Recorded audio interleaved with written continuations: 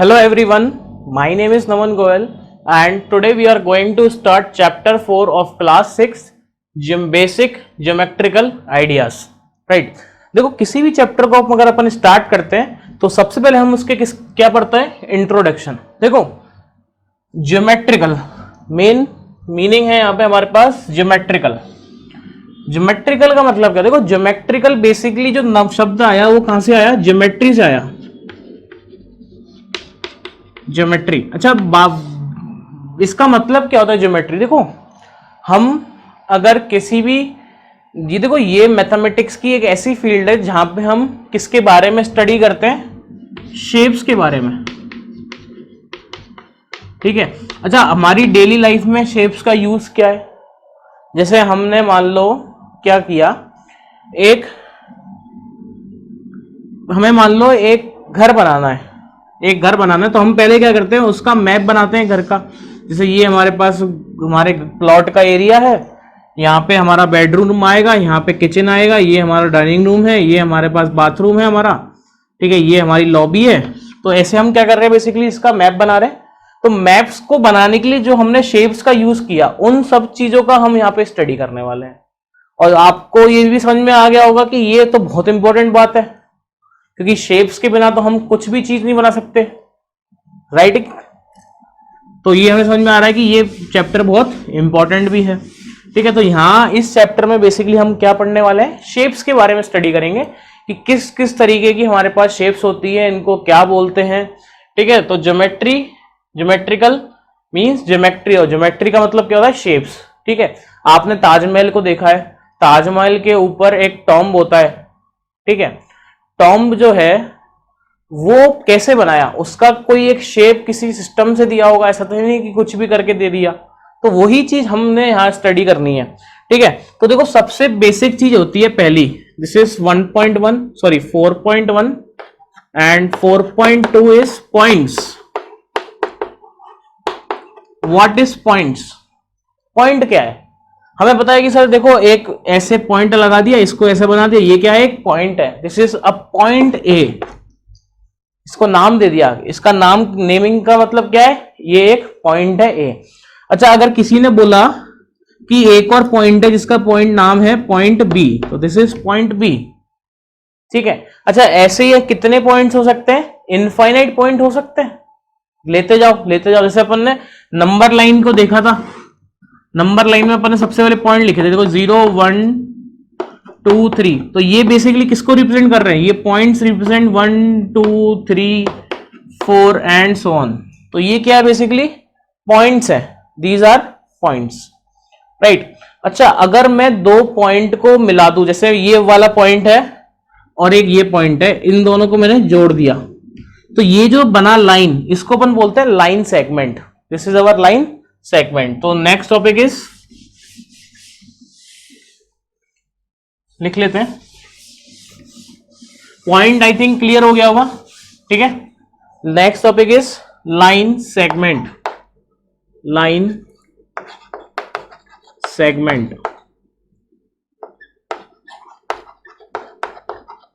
ठीक है. अच्छा, लाइन सेगमेंट का मतलब क्या है कि जैसे मान लो मेरे पास कोई भी एक पॉइंट है ए पॉइंट, कोई भी एक पॉइंट है B. This is A point, this is B point. तो ए बी जो है वो क्या है? एक लाइन सेगमेंट है. A B is a line segment. तो इसको अपन ऐसे लिख सकते हैं, ये लाइन सेगमेंट का रिप्रेजेंटेशन है. This is the representation of line segment. अच्छा, अगर इसको मैं ऐसे भी लिख सकता हूं, बी ए एक लाइन सेगमेंट है, तो ये बिल्कुल सेम है ना. A B line segment is equal to B A line segment. ये दोनों आपस में क्या है? बराबर है, बिल्कुल अलग अलग नहीं है. अच्छा, अब देखो हमने अभी क्या सीखा कि पॉइंट होते हैं और दो पॉइंट को अगर अपन जोड़ते हैं तो लाइन सेगमेंट बन सकती है. ये पॉइंट है ए. इस पॉइंट से मेरे को ये जानना है कि कितनी लाइन सेगमेंट पास हो सकती है. जैसे मान लो एक लाइन सेगमेंट ये बन गया, इसको बी पॉइंट बोल दिया. राइट. एक लाइन सेगमेंट ये बन गया, इसको सी पॉइंट बोल दिया. एक लाइन सेगमेंट ये बन गया, इसको डी बोल दिया. और एक लाइन सेगमेंट ऐसा कहीं बना दिया, इसको ई पॉइंट बोल दिया. तो एक पॉइंट से कितनी लाइन सेगमेंट निकल सकती है? इनफाइनाइट, कितनी भी निकाल दो। तो फ्रॉम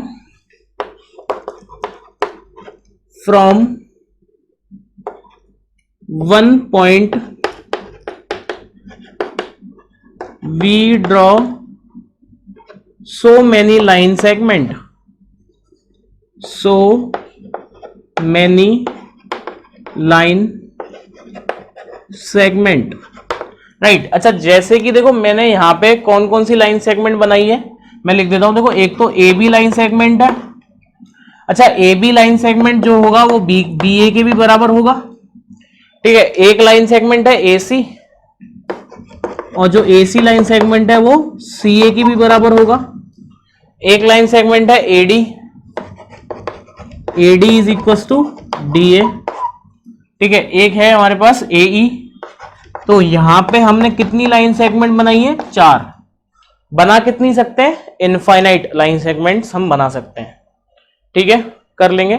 अच्छा, अगला है लाइन। देखो ये क्या था? लाइन सेगमेंट था। अब अपन बात करेंगे लाइन। लाइन सेगमेंट की क्या है? लेंथ फिक्स है। तो अपन यहां पे लिख देता हूं मैं ये बात, स्टार लगा के। एक बात है, length of line segment is fixed. Length of line segment is fixed. Line क्या है? सेम है। जैसे ये लाइन सेगमेंट है एक, इसकी लेंथ हमेशा यही रहेगी। इसको आप कहीं भी मूव कर दो, ये हमेशा इतना ही रहेगा। क्लियर है? क्लियर है। आगे बढ़ते हैं। Next topic is a line.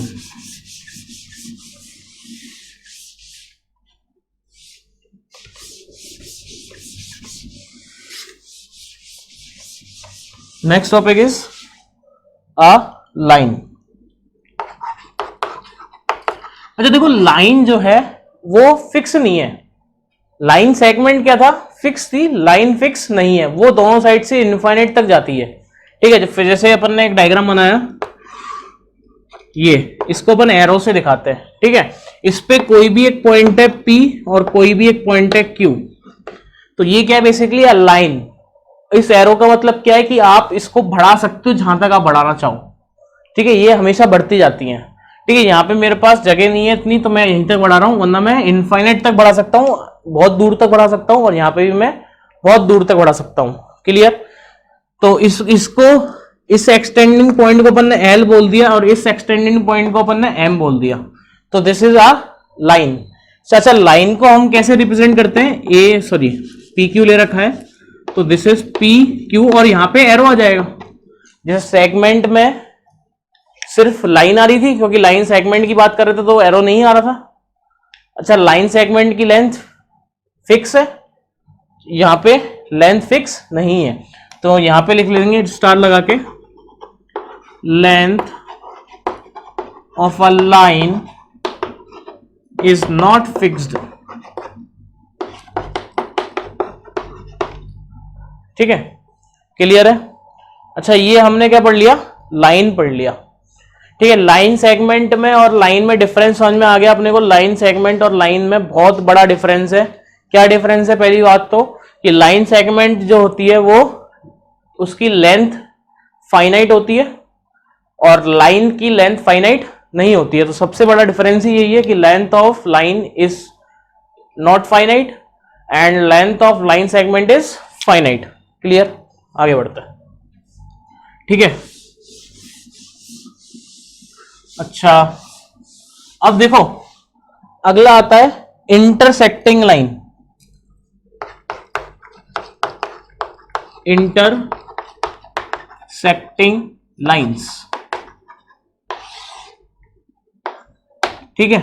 ये देखो, इंटरसेक्टिंग का मतलब होता है आपस में टकराना। इंटरसेक्ट करना मतलब आपस में काटना, एक दूसरे को टकराना, ठीक है। तो इंटरसेक्टिंग लाइंस का मतलब क्या है? ऐसी लाइन जो आपस में क्या कर रही होंगी?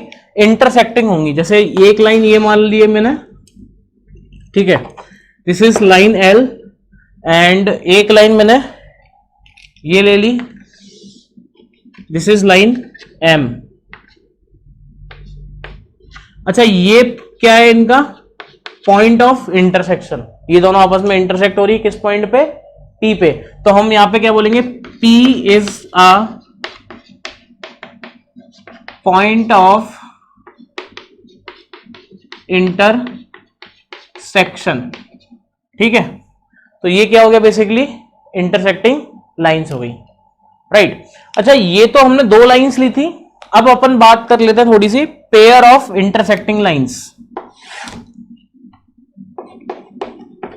पेयर ऑफ इंटरसेक्टिंग लाइंस, ठीक है। जैसे अपन ने एक लाइन ये ले ली, एक लाइन ये ले ली, एक लाइन ये ले ली, एक लाइन ये ले ली, ठीक है। तो इसको अपन ने L बोल दिया, इसको अपन ने M बोल दिया, ये लाइन L है, ये लाइन M है, this line N and this line O, ठीक है। तो देखो ये जो पॉइंट है, this is the point of intersection of line L and line N, तो इस पॉइंट को लेटस से A बोल दिया, ठीक है। ये जो पॉइंट है वो कौन कौन सी लाइन का इंटरसेक्टिंग पॉइंट है, एक तो N का है और एक M का है, क्लियर। तो ये पॉइंट B बोल दिया अपन ने। ये पॉइंट किसका है, देखो हम ये कैसे निकाल रहे हैं कि हमें कैसे पता लग रहा है कि किसके है। ये पॉइंट देखो किस किस लाइन पे लाई कर रहा है, एक तो O लाइन पे लाई कर रहा है और एक L लाइन पे लाई कर रहा है, तो ये पॉइंट क्या हो जाएगा, C मान लिया। तो C is a point of intersection of line O and line L, and if we are said this point is D, then D is the point of intersection of lines M and O, line O and line M। तो ये क्या हो गया, basically pair हो गया, है ना। ये लाइन एक है, ये लाइन और है, ये दो लाइंस का है, ये दो लाइंस का है, तो this is pair of intersecting line, ठीक है। इसको भी अपन पेयर बोल सकते हैं, ठीक है। अच्छा, एक बात अपन सोचते हैं, थोड़ा सा इसको मिटा देते हैं।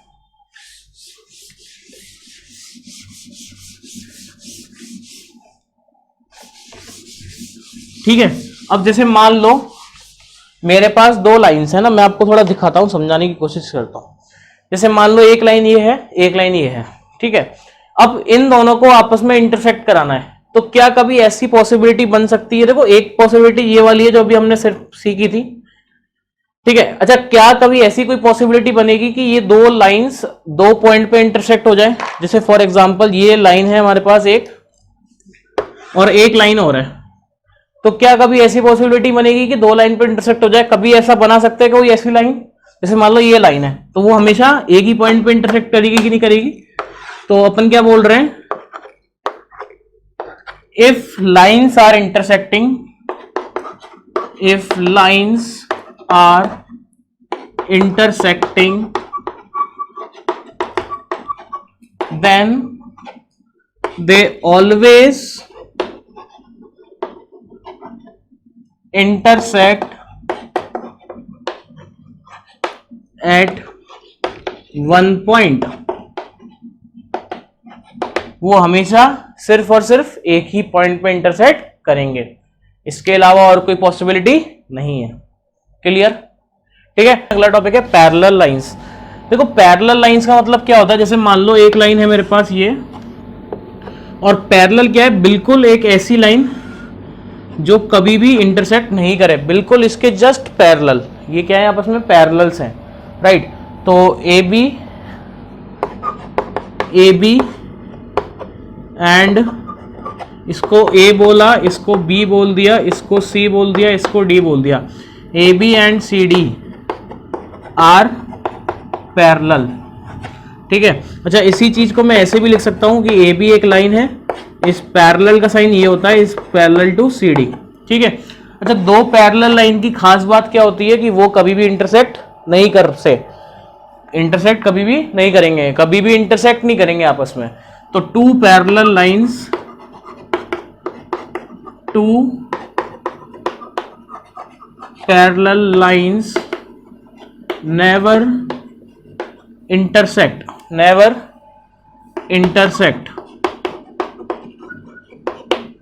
क्लियर। दो पैरेलल लाइंस कभी भी इंटरसेक्ट आपस में नहीं करेंगे। तो ये था हमारे पास पैरेलल लाइंस। अच्छा जैसे हम क्या देखते हैं, देखो हमने फिगर्स देखा हुआ है, हमें पता है रेक्टेंगल क्या होता है। देखो रेक्टेंगल क्या होता है, ऐसा बनता है रेक्टेंगल,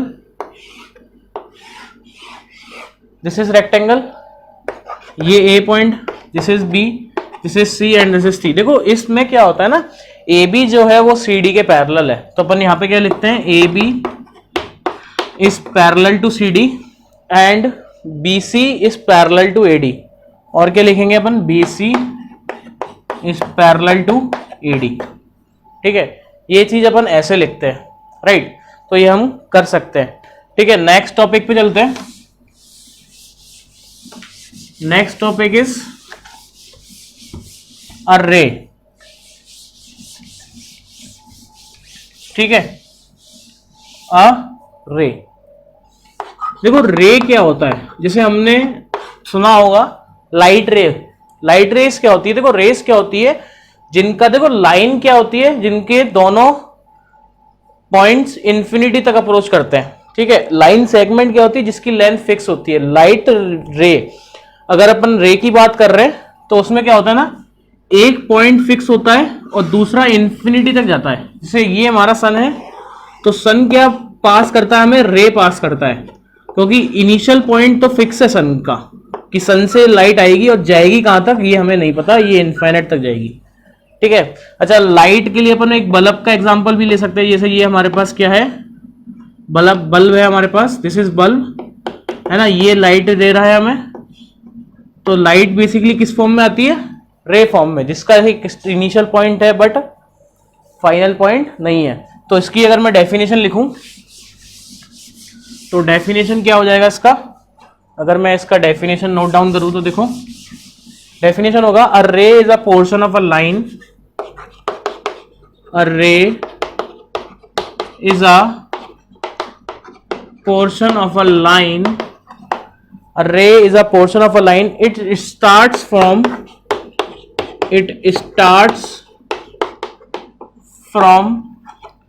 one point, इसको अपन क्या बोलते हैं, कॉल्ड स्टार्टिंग पॉइंट,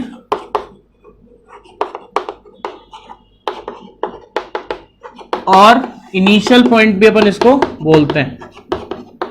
या तो हम इसको स्टार्टिंग पॉइंट बोल सकते हैं या इसको अपन इनिशियल पॉइंट बोल सकते हैं।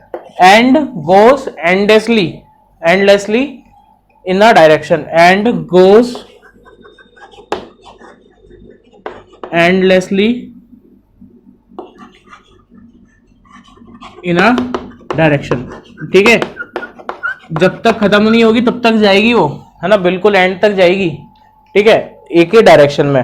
अच्छा जैसे मान लो यहां एक पॉइंट है ओ, इस पॉइंट से ये लाइट रे स्टार्ट हुआ, इस पॉइंट को अपन ने क्या बोल दिया, पी बोल दिया, राइट। तो इसको अपन रिप्रेजेंट कैसे करते हैं, ए पी, एक साइड एरो आ जाएगा। ठीक है, दिस इज अ लाइट रे। ठीक है, अच्छा ये हमें समझ में आ गया। अब देखो नेक्स्ट थिंग पे चलते हैं। Next is what,